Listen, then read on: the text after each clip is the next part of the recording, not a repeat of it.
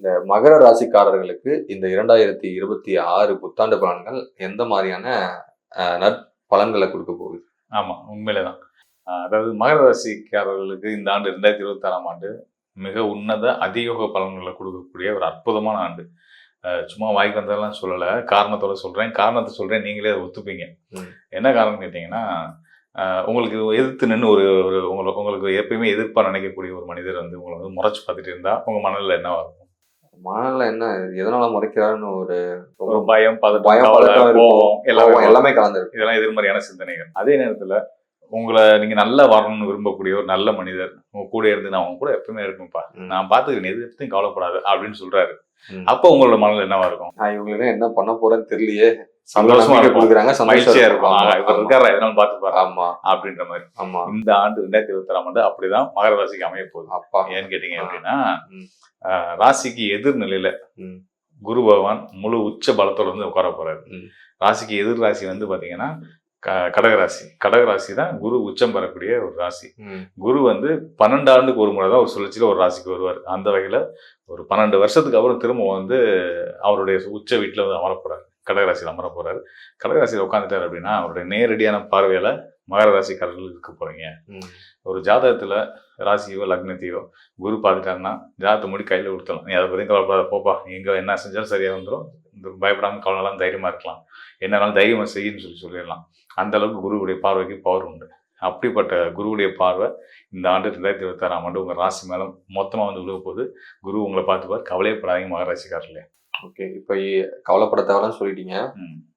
அந்த பொருளாதாரம் அடிப்படையில, பணம் அடிப்படையில இவங்களுக்கு எந்த மாதிரியான, அப்புறம் தொழில், ஆமா, இது 3 அடிப்படையில ஒரு மனிதனுக்கு இதான் அத்தியாவசியம். இதுல எந்த மாதிரியான வளர்ச்சிகளை அவங்க எட்டுவாங்க? கண்டிப்பா கண்டிப்பா. மகர ராசிக்காரர்களுடைய ராசிநாதன் யாருன்னு கேட்டீங்கன்னா, நீதிமான்னு சொல்லக்கூடிய, எப்பயுமே நடுநிலையா இருக்கக்கூடிய, எண்ணங்களை கொடுக்கக்கூடிய, ஒரு நீதிபதியை போல செயல்படக்கூடிய சனி பகவான் தான் மகர ராசியோட அதிபதி. அவர் வந்து மார்ச் மாதம் வந்து மீன ராசிக்கு போயிடுறாரு. வாக்கிய கணிதப்படி மீன ராசிக்கு மார்ச் மாதம் தான் போறாரு. இப்போ வந்து திருக்கணித அடிப்படையில் ஏற்கனவே அங்கே போயிட்டதா கணிதம் கணக்குப்படி பஞ்சாங்கப்படி சொல்லிட்டு இருக்காங்க. வாக்கிய கணிதப்படி வந்து அவர் மார்ச் மாதம் தான் வந்து அங்கே போறாரு, அதாவது மீன ராசிக்கு போறாரு. மீன ராசி வந்து குரு பகவானோட, நான் சொன்னேன் இல்லையா, குரு பார்த்துக்காரு, இதை பற்றி கவலைப்படாதீங்க அப்படின்னு. அந்த குரு பகவானோட வீடு மீனராசி. மீனராசியில் போய் உட்கார்றாரா, குருவுடைய பார்வை அங்கிருந்து மீன ராசிக்கு விழுகும். குருவுடைய 9ஆம் பார்வை ராசிக்கு 7ஆம் இடத்துல இருந்து தன்னோட 9ஆம் பார்வையா மீன ராசியை குரு பார்க்க போறாரு. உச்ச பலத்தோட நிற்கக்கூடிய குரு, குரு இருக்கிற ஸ்தானத்தோட அவரை பார்க்குற ஸ்தானத்துக்கு வந்து நல்ல பலன்களை வாரி வழங்குவார் அப்படின்றதான் உண்மை. ஸோ அங்கே இருக்கக்கூடிய உங்க ராசிநாதன் சனி பகவானுக்கும் குருவுடைய பார்வை விழும்போது, உங்க மேல உங்க ராசிக்கும் குருவுடைய பார்வை, ராசிநாதனுக்கும் குருவுடைய பார்வை விழும்போது முழு பரிசுத்த தன்மையும் பாசிட்டிவிட்டியும் உங்களுக்கு வந்துடும். அது வந்துச்சுனாலே எல்லாருமே உங்களை விரும்பி பழக ஆரம்பிப்பாங்க. நல்ல நட்புகளை நிறைய நீங்க சம்பாதிக்க முடியும். இது உங்களுக்கு தொழிலுக்கும் வளர்ச்சிக்கும் மிகப்பெரிய உறுதுணையா இருக்கும். அது மட்டும் இல்லாம பொதுவாகவே குரு சனியோடைய இணைவு அப்படின்றது வந்து பாத்தீங்கன்னா தொழில் சார்ந்த நல்ல முன்னேற்றத்தை கொடுக்கும். ஒரு சொந்தமாக பிஸ்னஸ் பண்ணிட்டு இருக்கீங்க, இல்லை அரசு உத்தியோகத்தில் இருக்கீங்க, எப்படி இன்னும் ஒரு விஷயத்துல இருந்தாலும் சரி, ஒரு வேலையில் இருக்கீங்க, ஒரு நிறுவனத்தில் வேலையில் இருக்கீங்க அப்படின்னாலுமே வந்து அதில் நல்ல மென்மேலும் முன்னேற்றத்தையும், உங்களால் கம்பெனி வளர்ந்துச்சு, நீங்கள் உங்கள் வேலையை சிறப்பாக செஞ்சீங்க அப்படின்னு உங்களுக்கு நற்பேர் வர்றதுக்கான ஒரு அற்புதமான காலமாக இந்த 2026 இருக்க போகுது. ஓகே, அது இல்லாமல் இப்போ இந்த குரு சனி சேர்க்கைன்னு சொன்னீங்க, இது வந்து ஒரு ஆன்மீக வளர்ச்சியும் சேர்ந்த மாதிரியான விஷயமா இல்லை? ஆமா, அதாவது நீங்க கேட்கறது வந்து புரிஞ்சிச்சு. பொதுவாக வந்து குரு சனி வந்து சேர்க்கை வந்து அவ்வளவு ஊர்ந்து சொல்ல மாட்டாங்க. ஏன்னு கேட்டீங்கன்னா பிரம்மகத்தி தோஷத்தை ஏற்படுத்தக்கூடியதுன்னு சொல்லுவாங்க. அது வந்து ஒரே ஸ்தானத்துல இணைவுபடுறாங்க அல்லது கேந்திர தொடர்புல வரும்போது அந்த மாதிரி ஏற்படும். திரிகோண தொடர்புல வரும்போது அப்படி ஆகாது. ஏன்னா இங்க குருவோட பார்வை தான் வந்து சனிக்கு கிடைக்குது. குருவுடைய வீட்டுல சனி இருக்கு. அந்த குருவுடைய வீட்டுக்கு குருவோட பார்வையே கிடைக்கும் போது அந்த ஸ்தானமும் அந்த ஸ்தானத்துல இருக்கக்கூடிய சனியும் பரிசுத்தம் அடைகிறாங்க. இது வந்து நல்ல நிலையிலான தொடர்பு. இந்த தொடர்பு இருக்க ஜாதகர்கள் தான் வந்து ஒரு ஜாதகத்துல குருவும் சனியும் திரிகோண நிலையில தொடர்புல இருக்காங்க அப்படின்னா கண்டிப்பான முறையில அந்த ஜாதகர் வந்து இன்னும் சொன்னா இணைவு பெற்றிருந்தா கூட, நல்ல ஸ்தானத்தில் திரிகோண ஸ்தானங்கள்ல இணைவு பெற்றிருந்தா கூட அந்த ஜாதகர் வந்து ஒரு 1000 பேருக்கு சம்பளம் கொடுக்க பெரிய முதலாளியா வருவார். ஓகே, ஸோ அந்த அளவுக்கு வந்து குரு சனியோட இணைவுன்றது ரொம்ப சிறப்பான ஒரு அமைப்பு தான். இப்போ இவங்களுக்கு கோயில் வழிபாடு, தெய்வ வழிபாடு அப்படின்னு சொன்னா எந்த மாதிரி சொல்லலாம்? ஆமா, பொதுவாக வந்து நம்ம மகர ராசிக்காரர்களுக்கு மகாவிஷ்ணு மகாலட்சுமி வழிபாடு தொடர்ந்து வழிபாடு சொல்லி சொல்லுவோம். இங்கே இந்த காலகட்டத்தில் வந்து பார்த்தீங்கன்னா குருமார்கள் வழிபாடு ரொம்ப அவசியமா இருக்கு. நம்ம யாராவது ஒருத்தரை வந்து ஆன்மீக பெரியவங்களை ஒரு குருவாக எடுத்துக்கிட்டு அவங்கள வந்து தொடர்ந்து இந்த இப்போ இருந்து நீங்கள் வழிபட ஆரம்பிச்சிங்கன்னா குருவர்களால் வாழ்க்கை சிறப்பாக இருக்கும் அப்படின்றத நம்ம சொல்லலாம். எல்லா பலன்களும் சிறப்பாக சொன்னீங்க. இதை தாண்டி இந்த குறிப்பா வந்து குரு வந்து 12 வருடங்களுக்கு ஒரு முறை வந்து கடகத்துல அமரப்போகுதுன்னு சொன்னீங்க. அதை தாண்டி சனியுடைய வக்ர பயிற்சி, சனியுடைய வாக்கிய கணித அடிப்படையில பயிற்சியும் இருக்கு அப்படின்னீங்க. சோ இன்னும் ஏனைய கிரகங்கள்லாம் இருக்கு, அதெல்லாம் ஆண்டு கிரகங்கள், இதெல்லாம் பேஸ் பண்ணி என்ன மாதிரியான இந்த வருடங்களுக்கு எந்த மாதிரியான பலன்களை கொடுக்கும் சார்? கண்டிப்பா. அதாவது நம்ம ஆண்டு கிரகங்கள் தான் வந்து ஆண்டு பலன்களுக்கு எடுத்துக்க முடியும். கோச்சார பலன்கள்னு வரும்போது நம்ம அதான் எடுத்துக்க முடியும். மாத பலன், வார பலன் வரும்போது நம்ம மாத கிரகங்கள் ஒவ்வொரு நாட்கள் வரக்கூடிய சந்திரன் அடிப்படையை வச்சு நம்ம சொல்லுவோம். ஸோ இங்கே ஆண்டு பலன் அப்படின்னு வர்றதுனால இந்த ஆண்டு ஆளக்கூடிய நபர்களா யாரு, கிரகங்களா யாரு? சார் ஒரு நிமிஷம் சார், இதுக்கு எதுக்கு நான் அதை கேட்டேன்னா, ஏற்கனவே வந்து குருவுடைய பயிற்சி இயர்லி ஒன்ஸ் இருக்கு, சனியுடைய பயிற்சி 2.5 வருடத்துக்கு ஒரு முறை தான். ஆனா ஏற்கனவே இந்த வருடம் 2025 சனியுடைய பயிற்சியை பார்த்துட்டு இருப்பாங்க. அது வந்துட்டு என்ன பஞ்சாங்கம் அடிப்படையில? திருக்கணித பஞ்சாங்க அடிப்படையில. இப்ப திரும்ப வாக்கிய கணித அடிப்படையில தான் அந்த பயிற்சி வருது. சோ இந்த கிளாரிட்டி மக்களுக்கு கொடுக்கலான்றதுனால கேட்கிறேன். நீங்க கேட்டது ரொம்ப நல்ல கேள்வி.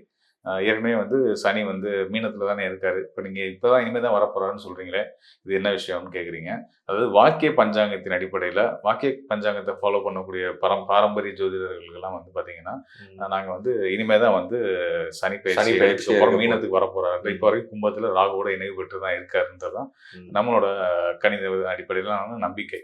ஸோ இந்த அடிப்படையில் மீன ராசிக்கு நம்ம வாக்கிய கணிதத்தின் அடிப்படையில் மார்ச் மாதம் வரப்போறாரு, சனி வரப்போறாரு. ஸோ இது வந்து திருக்கணித முறையில் ஏற்கனவே வந்துட்டு தான் ஒரு கணித முறை, அது ஒரு கணித முறை அதில் இருந்துகிட்டு இருக்கு. அதை ஃபாலோ பண்ணி சொல்லக்கூடிய, அதை நம்பி பலன் சொல்லக்கூடிய ஜோதிடர்களும் இருக்காங்க, அதை நம்பக்கூடிய மக்களுமே நிறைய பேர் இருக்கிறாங்க. வாக்கிய கணிதம் பாரம்பரிய முறை அதையும் ஃபாலோ பண்ணக்கூடிய ஜோதிடர்களும் பெரும்பான்மையான மக்களும் இருக்காங்க. திருக்கோயில்களில் பெரும்பாலும் வாக்கிய கணிதம் ஃபாலோ பண்ணுவாங்க. சித்தநாதர்கள் கொடுத்த கணிதத்துல அதுல மாற்றம் செய்யறதுக்கு யாரும் அதிகாரம் திருநள்ளாறுல கூட இந்த சமயத்துலதான் வந்து அவங்களுக்கு செய்த கொடுத்த அந்த ஃபார்முலால வந்து மாற்றம் செய்யற அளவுக்கோ அதுல தப்பு இருக்குன்னு சொல்ற அளவுக்கு யாரும் வந்து அந்த உயர்நிலையை யாரும் அடையலைன்றதுனால அவங்க கொடுத்ததே நாங்க ஃபாலோ பண்ணிக்கிறோம். அந்த அடிப்படையில் தான் சனி வந்து மீனத்துக்கு வரதை நாங்க வந்து அடிச்சு சொல்றோம், கன்சிடர் பண்றீங்க. ஓகே சார், இது இன்னும் ஏனைய கிரகங்கள்லாம் இருக்குல்ல? ஆமா. அதன் அடிப்படையில இந்த வருடம் எல்லாருக்கும் எந்த மாதிரியான விஷயங்களை தரும்? அந்த குரு பகவான் கடகத்துக்கு வரப்போறது உறுதி. அவர் அந்த கடகத்துல உச்ச பலம் பெறக்கூடிய நிலையில இருக்க போறாருன்றது உறுதி. இது ஆண்டுக்கு குரு வந்து அவரோட சுழற்சி ஒரு ராசிக்கு ஒரு இடத்துக்கு வர்றதுனா திரும்ப வர்றது 12 வருஷம் ஆகும். அந்த அடிப்படையில் அவர் தன்னுடைய சொந்த சொந்த வீடுன்னு சொல்ல முடியாது, உச்ச வீடு அவருக்கு ரொம்ப பிடிச்ச நட்பு வீடு, சந்திரனுடைய வீடு, அங்க வரப்போறாரு. அங்க வந்து சிறப்பான யோகா பலன்களை எல்லாத்துக்குமே கொடுக்க போறாரு. மீனத்துல சனி குருவோட வீட்டுல அந்த குருவே வந்து அந்த மீனத்துக்கு 5ஆம் வீடான கடகத்துக்கு வந்து அங்கே முழு பலம் அடைய போறாரு. கடகத்தில் குரு அமரும்போது அவருடைய பார்வை வந்து மீனராசிக்கு கிடைக்கும், மீனராசியில் இருக்கக்கூடிய சனிக்கும் கிடைக்கும். சனிக்கு சுபத்துவ தன்மையை கொடுத்துட்றாரு. அசுபர்னு சொல்லக்கூடிய சனிக்கு குருவுடைய இணைவு, திரியோண நிலை இணைவு கிடைக்கிறதுன்றது வந்து நல்ல ஒரு பாசிட்டிவிட்டியை எல்லாத்துக்குமே கொடுக்கும். எல்லா மக்களுக்கும் மனசுல நிம்மதியும் சந்தோஷத்தையும் அமைதியையும் கொடுக்கும் இந்த ஆண்டு அப்படின்னு சொல்லலாம். ஓகே சார், கண்டிப்பா இந்த 2026 நம்மளுடைய ஆடியன்ஸ்க்கு பார்க்குற எல்லாருக்குமே வந்து நல்ல ஒரு ஆண்டா அமையணும்னு நானும் வேண்டி கேட்டுக்கிறேன். ரொம்ப நன்றி சார். ரொம்ப சந்தோஷங்க. மீண்டும் நானும் மக்களுக்கு என்னுடைய புத்தாண்டு வாழ்த்துக்களை சொல்லிக்கிறேன். வரக்கூடிய 2026ஆம் ஆண்டு உங்களுக்கு அனைத்து விதத்திலையும் சிறப்பான மகிழ்ச்சியான ஆண்டு அமையணுன்றதை நான் இறைவன்கிட்ட வேண்டிக்கிறேன். கண்டிப்பான முறையில் நல்ல விதமாக இருக்கும் அப்படின்றத நான் சொல்லிட்டு இன்னொரு விஷயத்த மட்டும் நான் உங்கள்கிட்ட பகிர்ந்து விரும்புகிறேன். அதாவது இப்போ நம்ம சொல்றது வந்து கோச்சார அடிப்படையில் சொல்லக்கூடிய பலன்கள் அப்படின்றது ராசி அடிப்படையில் சொல்லக்கூடிய பலன்கள். ஜோதிட சாஸ்திரம் வந்து விதி அடிப்படையிலையும் கதி அடிப்படையிலும், அதாவது உங்கள் லக்ன அடிப்படையிலையும் சூரியன் உங்கள் ஜாதகத்தில் சூரியன் எங்கே இருக்காரு அப்படின்றத பொறுத்தும் சில பலன்கள் வந்து மாறுபடும். அது மட்டும் இல்லாமல் உங்களுடைய நடப்பு தசா புத்திகள், இப்போ உங்களுக்கு என்ன தசா நடந்துட்டு இருக்கு, அது உங்கள் வயதை பொறுத்து, உங்கள் பிறந்த நட்சத்திரத்தை பொறுத்து அந்த வேறுபாடுகள் வரும். அதன் அடிப்படையில் அது உங்களுக்கு யோகத்தை செய்தா என்ன மாதிரியான பலன்களை கொடுக்க தயாராக இருக்குது, அதையும் சேர்த்து இப்போ இருக்கக்கூடிய கிரக நிலையிலையும் வச்சு நம்ம பலன் சொல்லுவோம். அதுதான் இன்னும் நுட்பமாக சரியானதாக துல்லியமான பலன்களாக இருக்கும். தேவைப்படுவவங்க நிச்சயமான முறையில் என்னை தொடர்பு கொள்ளுங்க. கண்டிப்பாக அவங்களுக்கு நல்லது வழிகாட்டுதலாக கொடுக்கலாம். நன்றி, வணக்கம் மக்களே. மீண்டும் ஒரு நல்ல நிகழ்ச்சி சந்திப்போம்.